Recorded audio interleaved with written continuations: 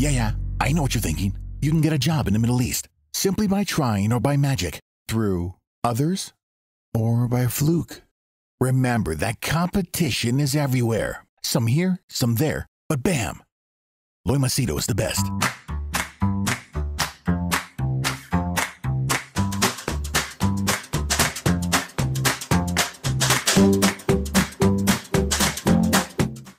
Alright, just a small disclaimer before you watch the video. I just want to be very clear, this is not like a hate video, and this is not me hating Dubai UAE, alright? I stayed in Dubai for 40 years of my life. I am very grateful for whatever I got in Dubai. Dubai is being praised by so many people, and it's perfect if you want to make money, if you want to enjoy life. However, I just feel that, people don't talk about the realities of what it is in being in Dubai, and the purpose of this video is to educate you on the dark and ugly side. So the only reason I'm bringing out the dark and ugly side is because nobody's speaking about it. That doesn't mean Dubai is bad, it's evil, or it's imperfect, okay? Just keep it in mind, nobody is perfect. Sorry, that was the right word. Nobody is perfect. There's no country, whether it's India, Pakistan, Afghanistan, United States, there's no country that is perfect. So this is just me highlighting what is bad and what is not so perfect. So keeping that in mind, that no country is perfect, none, no country in the world. I want you to watch the video and then judge for yourself. And whatever I say, you don't have to believe me. Verify it with the people who are working there. They're not going to talk to you on the phone. You have to speak to them face to face with the people who are working down the streets. And then you'll come to know whether what I say is true or not. So having said that this is not a hate video, watch the video with an open mind and then decide for yourself. So Machedo, telling you, let's watch the video. Hi there, Machedo speaking to you from loyalmachedo.com, who's Machedo and Think Personal Branding. The date is 3rd April 2018. Time right now is 1:23. All right, I just thought I'll give you these 5 points about Dubai UAE that normally people don't talk about. Okay, these are the 5 things which I feel is what is happening in Dubai, but nobody talks about it. Okay, so let's quickly move on. The first thing that nobody talks about what is happening in Dubai is the chronic corporate racism. Okay, this is something that goes on in Dubai, and I'll give you specifically, very specific, what do I mean by this. One position, sales executive, an Arab local, that is Emirati. If he were to work for this position, he gets a very high salary, a very high package, and lots of benefits. The same position, if a British or American, he gets slightly lower with a different package. And last, if not the least, is the Asian, Indian, Pakistani, Bangladesh. So Indian gets a little bit more lower, Pakistani gets even more lower, Sri Lankan, Bangladeshis get even more lower. Okay, this is a fact. You don't have to believe me, go verify it. In certain multinational companies, well, it doesn't operate, but the companies like the, I don't want to take their names, but, which belong to the government, and most of the companies, it's very simple, because in a way, I'm not against them. I feel it's kind of nice, because if you're the citizen of the country, you really enjoy these benefits, but it is so explicit that it's shocking. And here's my question. Why should an Indian be paid lesser than an American or British? Why is that age gap? They will say, oh, it's a currency fluctuation. Then why isn't Canada practicing the same thing? Why isn't Australia practicing? Oh, you're from India, so you should get lower. You're from Pakistan, your currency balance is even lower. Why is there a difference between an American passport holder and an Indian passport holder? Why is there, like, the local Emirati gets, 10,000 US dollars right from the get-go, while an American or British gets even lower? Why is that differentiation? So I feel corporate racism is there.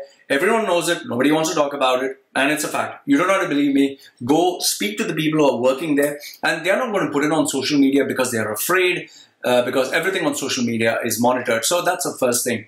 The second thing which nobody talks about in Dubai UAE is the fake degrees. Now, if you have been my friend on Facebook, you can check my album. I don't want to take that guy's name or his company's name. He's still around. Check my oldest album. You will see this guy, his company is still there.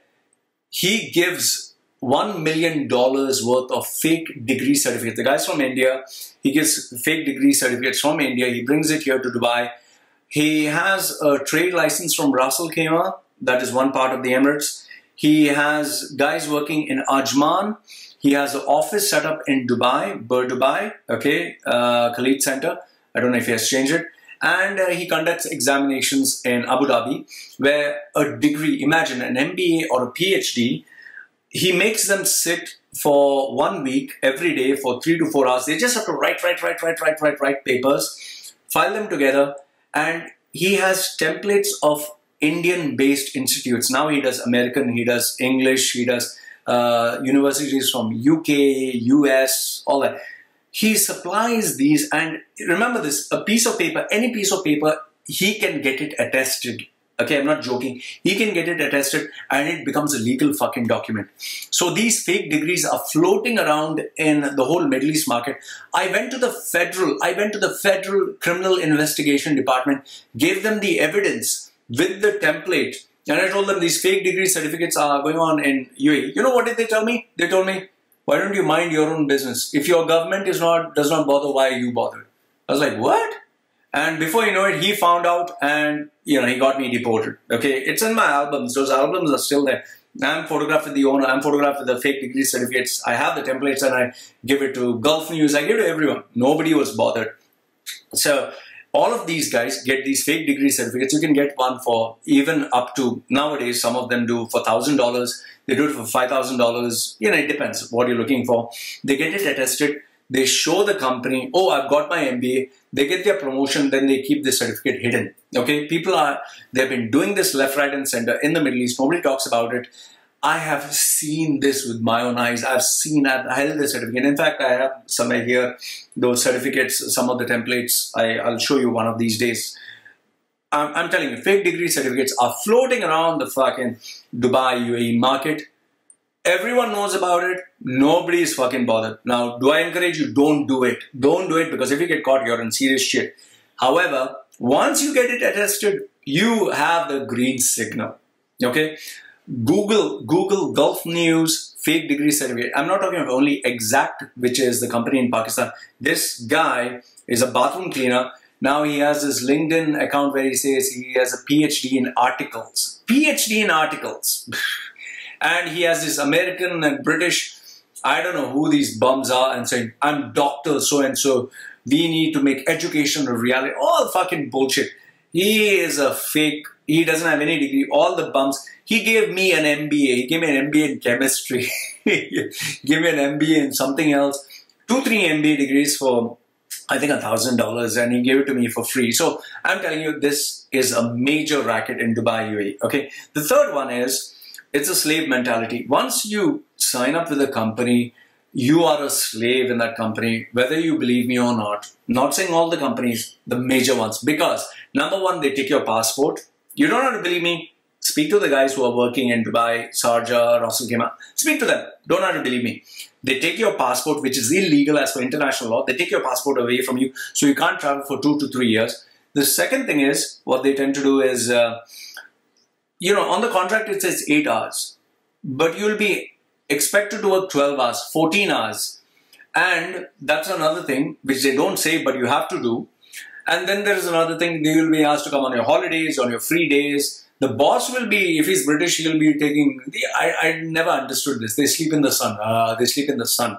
They spend time with their family. But if you're Asian, you're made to work in the office in the off day.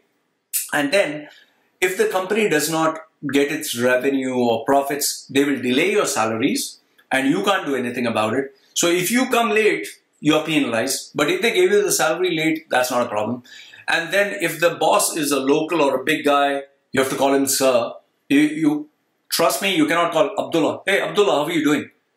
He will fucking make your life a mess or you'll get terminated. Abdullah has to be called Sir Abdullah. Muhammad has to be called Mr. Muhammad. But Ramu will be called Ramu. Richard, Mr. Richard. So, you're just a fucking slave, man. You're just a fucking slave, whether you like it. You can't resign. You can't leave. Say, if you're in your country, you can leave the job and go to 5 different jobs in the Middle East and Dubai. You work with a company, you're stuck with them for the period of the contract. And in some places like Qatar and Kuwait, I'm not too sure. I think Kuwait and Qatar, you cannot leave the country until the sponsor or the employer says you're free to go. Otherwise, you're stuck there and you're stuck in the same company. So Trust me, these are, you don't have to believe me, just Google this, check it out on YouTube, the dark side of whichever country, you will get to see this, okay? Point number 4 is the expense. They never tell you about this, but here's newsflash for you. Places where they show you these Lamborghinis, these expensive buildings, and this launch and that launch and this world record, and we are living in so expensive. How does a country generate this income? From where does it generate? It generates the income from you, okay? You, not free. The reason why the Middle East has grown so fast is because they exploit labor. Labor is very cheap. The same labor, if it was working in Canada, they would get international standards, the minimum basic requirements. Here they get even $100 for a month of working 12 to 14 hours in the sun. So it's a very expensive place, and the reason they are growing so fast is they're exploiting these guys. Obviously, it's a two-way thing. They don't have any jobs in their country anyways, that's why they come here. And they don't have any skill, that's why they make to work on the street. So it's win-win. However, the main thing what you need to realize, it's not cheap. The rents are bloody expensive. The education is very expensive. The insurance is very fucking expensive. Travel is very fucking expensive. Don't think in Dubai you can make tons of money. Just ask people how much of savings do they have. You'll come to know the reality of being in Dubai. It's not cheap. It is expensive, okay? The education is pathetic. Pathetic. I mean, they get teachers for 1,200 dirhams. And your school fees is 4,500 dirhams a month. It's so funny. They get unqualified teachers, cheapest teachers who will teach you A, B, B, L, D, obble, and a jig-jog motion. Yeah, it's so fucking stupid. These are the guys who will train your children for nothing. And how do they make money? They have extra classes, extra tuitions, which is anyway illegal. Okay, and last but not the least, I would say the biggest challenge of being in Dubai UAE is the changing rules. They just change. Like today, you remember when the property boom took place in 2008. Before that, they had 99 years visa, which was being advertised by Gulf News. The Gulf News was so thick, the papers were so thick, with so many ads of property and real estate. Okay, they said we'll give you 99 years visa. Everyone was spending millions, taking loans, mortgage loans, and everything else, and putting for 99 years visa. When the housing bubble collapsed, the government said, sorry, we never said 99 years visa. But then where were you? Why didn't you block this? Why didn't you prevent this? So people lost all their money. That's why you'll see half-constructed empty houses and buildings, all across the street. See, here's the thing. The problem is the rules change every single time. And there are different rules for different nationalities and different people. They claim that it's same for everyone. I doubt it's the same for everyone. The changing rules are very, very tough. Okay, very, very tough. And sometimes you just don't know. You don't know whether the rules apply to you or don't apply to you. So these are the 5 major challenges that one would see in terms of Dubai, UAE. So please don't think that, it's all green and it's easy money and it's a great life. There are a lot of challenges that people are facing. And I would say that these 5 points are the biggest and most difficult challenges that they face. But having said that, mind you, Dubai is good for making money, easy money, if you know how to make it. It pays far more better than most other countries. However, it is not perfect. Keep this in mind before you get down to Dubai. And it's actually becoming harder. It's becoming harder, especially with the taxes that are come.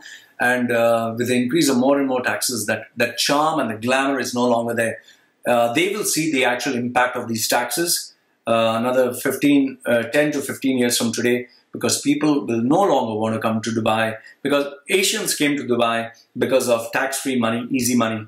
But now when it's becoming so difficult,